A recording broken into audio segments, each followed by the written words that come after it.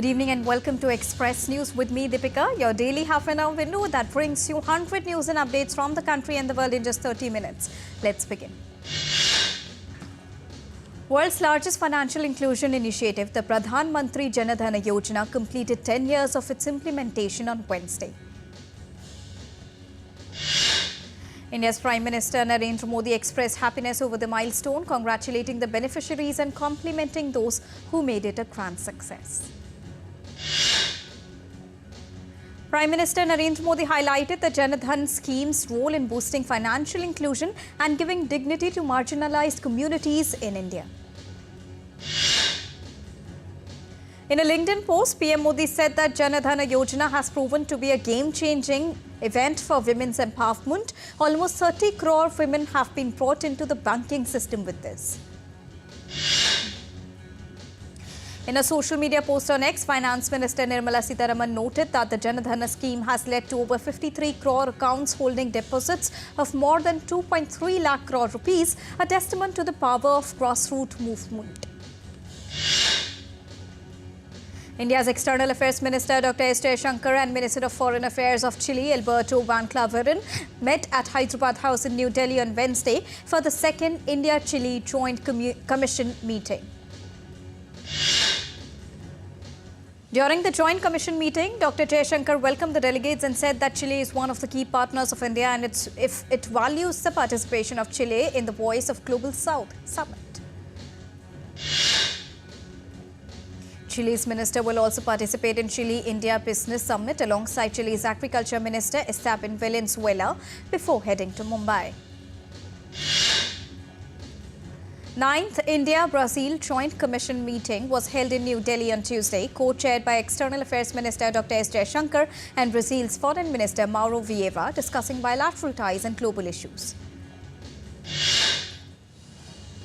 The meeting covered areas including trade and defense as well as global geopolitical developments and cooperation in international forums like BRICS and the G20. A total of 279 candidates have filed nominations for the first phase of elections in 24 assembly constituencies of Jammu and Kashmir. Tuesday was the last day for filing nominations. Himachal Pradesh State Assembly has passed a bill raising the minimum age of marriage for women from 18 to 21 years to promote gender equality and higher education. 8 railway stations in Lucknow, Uttar Pradesh have been renamed by Northern Railways, including Kasimpur, Halt, Misrauli and Fursatganj. Mumbai's JJ Hospital has inaugurated an outpatient ward coated with antimicrobial paint developed in Israel, aiming to reduce infections. Israel's Director General of Foreign Affairs, Yaakov Blitzstein, was part of the inauguration. Senior IPS officer B. Srinivasan, a 1992 batch Indian Police Service officer of the Bihar cadre, has been appointed as the new Director General of National Security Guard. A 12-hour Bengal Bandh was called by BJP workers in West Bengal to protest against the state government's handling of Kolkata rape murder case following police action against the protesters. Chief Minister of Madhya Pradesh Mohan Yadav inaugurated the Regional Industry Conclave in Gwalior, aiming at accelerating industrial development of Gwalior-Chambal region.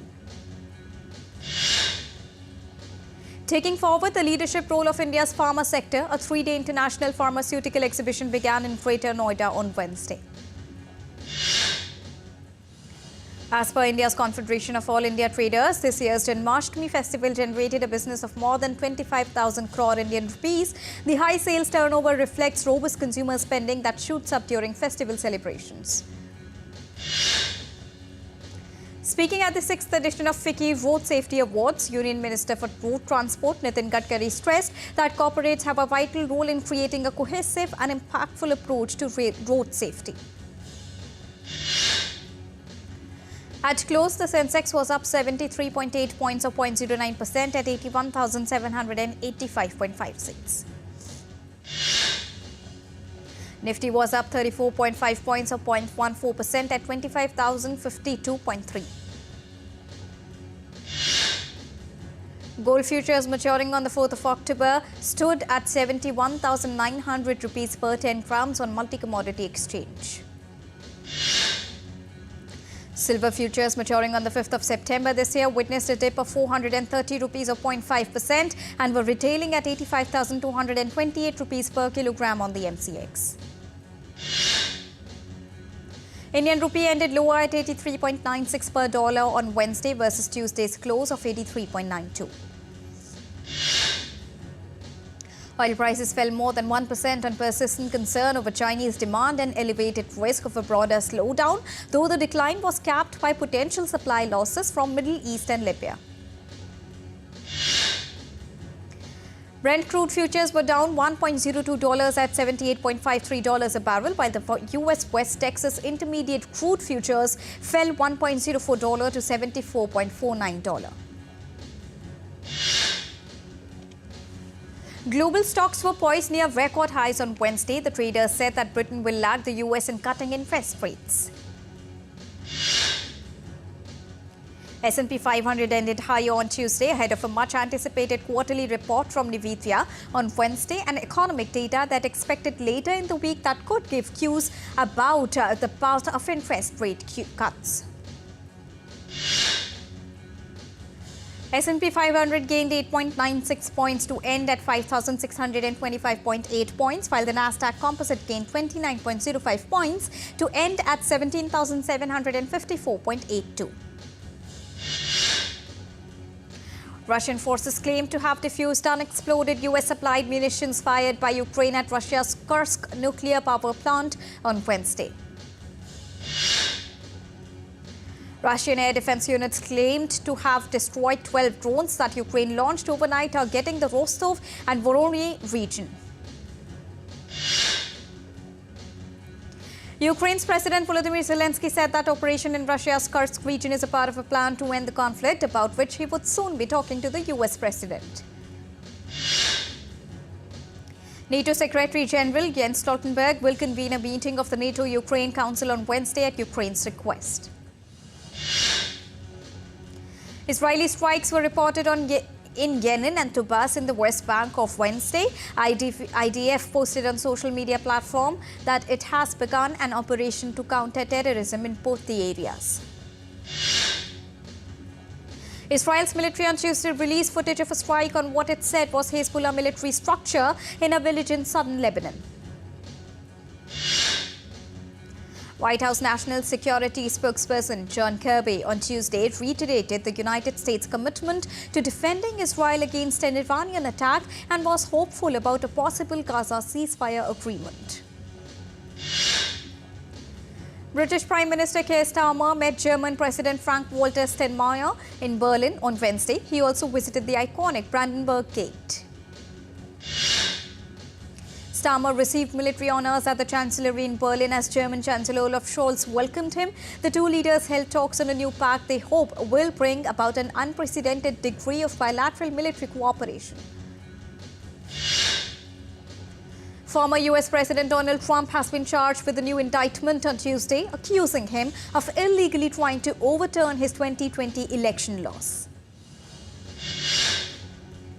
Donald Trump's running mate J.D. Vance said that the conspiracy charge against Trump was an attempt to interfere in the upcoming 5th November elections.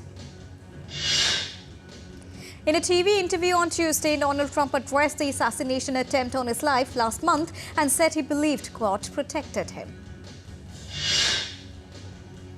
US Vice President Kamala Harris is preparing to return to the campaign trail with plans for a 2-day bus tour in Georgia with her running mate, Minnesota Governor Tim Walz. In Venezuela, President Nicolas Maduro made major changes to his cabinet, including the heads of the oil and finance ministries and state oil company following the disputed presidential election. A U.S. military official on Tuesday said that U.S. ships could escort Philippine vessels on the resupply mission in South China Sea. Russia's Vice Minister of Industry and Trade, Roman Chekushov, held a meeting with North Korea's Minister of External Economic Relations, Yoon Jong-ho, on Tuesday in Pyongyang to discuss economic cooperation. North Korean leader Kim Jong-un attended the test of an upgraded 240mm rocket launcher system on Wednesday. The system proved its superiority in mobility and strike concentration during the inspection testing. Iran's Supreme Leader Ali Khamenei has called for a stricter regulation of cyberspace, citing the arrest of messaging app Telegram founder Pavel Durov in France as an example of how other countries also imposed controls.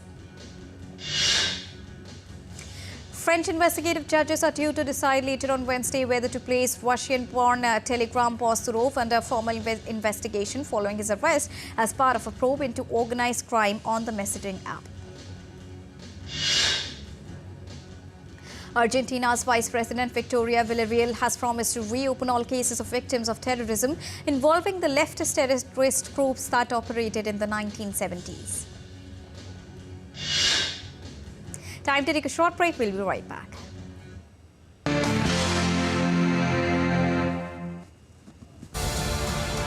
This week on Defense Dynamics, we will tell you about defense and diplomacy panning out from Poland, Ukraine, and right up to United States of America. What does this mean in real tangible terms? How does this underscore India's multipolar worldview by exercising strategic autonomy, and much more? Also, what's the strategic implication of Indian military officers being stationed with different US commands? Watch Defense Dynamics this week on Wednesday at 8:30 p.m. IST on DD India.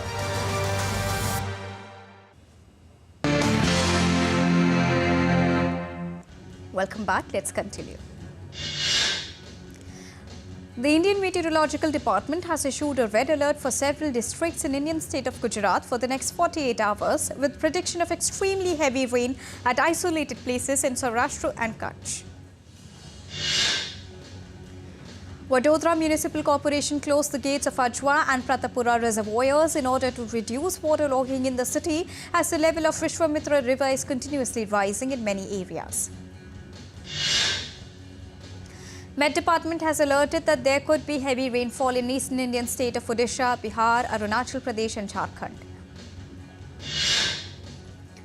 Japan issued an emergency warning on Wednesday as powerful typhoon Shinshin approached the southwestern region with heavy rain and strong winds. Airlines and rail operators in Japan also cancelled some services over the coming days as the typhoon, categorized as very strong, packed winds of 50 meters per second with gusts of up to 70 meters per second. 3 people remain missing after heavy rain brought by typhoon triggered a landslide in central Japan. Parts of eastern Sudan were still submerged after surging waters burst through a dam, wiping out at least 20 villages and leaving at least 30 people dead. Representatives of international organizations visited the area of Sudan's collapsed dam on Tuesday to assess damage at the less affected side of Arbat Dam in eastern Sudan. Recent volcano eruption in southwestern Iceland sent a plume of sulfur dioxide southeast to reach North and West Europe. The Copernicus Atmosphere Monitoring Service released an animation showing the plume of sulfur dioxide as it moved towards Europe after the volcano erupted on 22nd of August. Eastern Bolivia's province faces a grave threat as wildfires engulf the region, endangering treasured cultural sites. Local parish priests and residents are growing increasingly concerned as the fire approaches the revered building that houses a priceless collection of Baroque music and manuscripts along with Chicotano art. A National Youth Sky Tech Successes exhibition opened in Pyongyang on the occasion of the Youth Day. Approximately 1,700 exhibits aimed at contributing to the country's economic development and the improving people's livelihoods were displayed.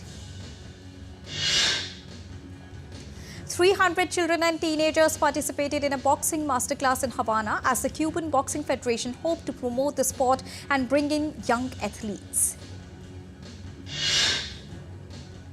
Boxer Karen Castillo, a member of Cuba's female boxing team, said she hoped women could have more opportunities to participate in professional fights. German cyclist Eric Fetko performed tricks and flips on a 24-meter elevated bike park course above the trees at Green Hill Bike Park in the Solent Mountains in Germany. The cyclist launched himself from a 3.2-meter high tree trunk on top of the platform. National Robotarian researchers have suggested that robotic coaches could provide personalized support and increased motivation during crucial stroke and brain injury rehabilitation exercises. To aid patients' recovery, a new robot has been developed by researchers that can anticipate how the user wishes to move during their prescribed routine by reading their brain activity. Israel Antiquities Authority will open to the public two Roman-era tombs decorated with murals of Greek mythological figures. The tombs that date back more than 1600 years are located near the port of Israel's southern city of Ashkelon. Rare collectibles from the world of music and film, including gold rings owned by Elvis Presley and a letter written by Beach Boy Brian Wilson, will be up for an auction this weekend. Among the top lots are several items that belong to Presley, including two unique gold rings that are estimated to sell for $35,000 to $60,000. East London record store Vinyl Pimp is offering customers the chance to spend the night among its records for a unique listening experience. After 20 years of record collecting and conveniently free second room, Luke transformed Vinyl Pimp from store to guest house and created UK's first vinyl hotel. Every night in Buenos Aires, cozy clubs and cavernous halls filled with dancers from around the world who cling to one another in the embrace of Argentine tango, gliding in sync to plaintive tunes of nostalgia, loss and love. With a record 750 couples from 53 countries, the competition showcased the universal appeal of a dance style that originated among sailors and immigrants. Culturally enriched 8th edition of Macau International Children Fashion Week was held in Hong Kong, showcasing fashion with the costumes of China's 56 ethnic groups. The competition witnessed the participation of more than 300 contestants aged 3 to 18 years from around the world. Global Citizen announced that Ray and Benson Boone is set to join performers like Jelly Roll, Post Malone, Doja Cat and more for its 2024 event. The event will take place on 28th of September. Therese Gibson, Scott Eastwood and Snoop Dogg walked the red carpet at Los Angeles premiere of action crime thriller 1992. The film hit the theaters across the US on 30th of August. As a raised curtain for upcoming album called The Great Impersonator, the singer-songwriter shared a visually stunning video that not only announces the album but also offers a glimpse into the confessional concept. With Wim Wenders is all set to receive Lifetime Achievement Award at the 37th European Film Awards. The director, widely known as the Shepherd of New German Cinema, served as the president of European Film Academy from 1996 to 2020. Jury members and guests start arriving at Venice Film Festival. The 11-day event draws together filmmakers from around the world and marks the start of the award season that regularly throws up big favorites for the Oscars. Bad Bunny is set to join Darren Aronofsky's upcoming film called Caught Stealing. The actor will star alongside Zoe Kravitz and Austin Butler in the Sony Pictures crime thriller based on Charlie Huston's novel. Netflix has confirmed that BTS's Chin and actress Ji Yoon will appear in Kian's Bizarre B&B. The news has created anticipation among fans as they cannot wait to watch their favorite artists in unique series. Taylor Sheridan's Yellowstone sequel series is set to feature Matthew Fox in the leading role alongside Michelle and Patrick J. Adams. Le Seraphim's 2024 track Smart from their latest mini album called Easy crossed 100 million views on its music video. Le Seraphim is one of the top girl groups in the current K-pop industry. Anurag Kashyap's Gangs of Wasseypur is all set to re-release in theatres on 30th of August. The 2012 intergenerational revenge story stars Manoj Bajpayee, Nawazuddin Siddiqui, Richa Chadha and many other acclaimed Bollywood stars. City of Paris is all set to host its first ever Summer Paralympic Games in a grand opening ceremony tonight. The Games will continue till the 8th of September. France will host 4,400 Paralympic athletes and 184 delegations as they celebrate the commencement of 11 days of Paralympic competition. BCCI Secretary Jay Shah has been elected unopposed as the chairman of ICC. He will assume the new charge on 1st of December. England's former number 1 ranked T20I batter David Malan has announced his retirement from international cricket at the age of 37. 27-year-old defender Juan Escudero, who played for the Uruguayan club called Nacional, passed away on Tuesday following a medical emergency that occurred during a match last week. In US Open top seed, Iga Swiatek secured a 6-4, 7-6 victory over Russian lucky loser Kamila Rakhmonova to secure her spot in the second round. Four-time Grand Slam champion Carlos Alcaraz rode home for a 6-2, 4-6, 6-3 and 6-1 victory over 186th ranked Australian Lee Tu on Wednesday. 2021 men's champion and number 5 seed Daniil Medvedev defeated Dusan Lajovic of Serbia by 6-3, 3-6, 6-3 and 6-1 in his opening encounter. National Football League approved a new rule allowing the owners to sell up to 10% of stake of their franchisees to private firms. Bayern Munich and England striker Harry Kane received the Golden Shoe Award as the highest goal scorer in a European Football League. And with this, it's a wrap here on Express News for now, but news and updates will continue here on DD India. So don't go anywhere, keep watching and keep tracking DD India for all latest news and updates from the country and the world. Thank you so much for joining us right now. Namaskar.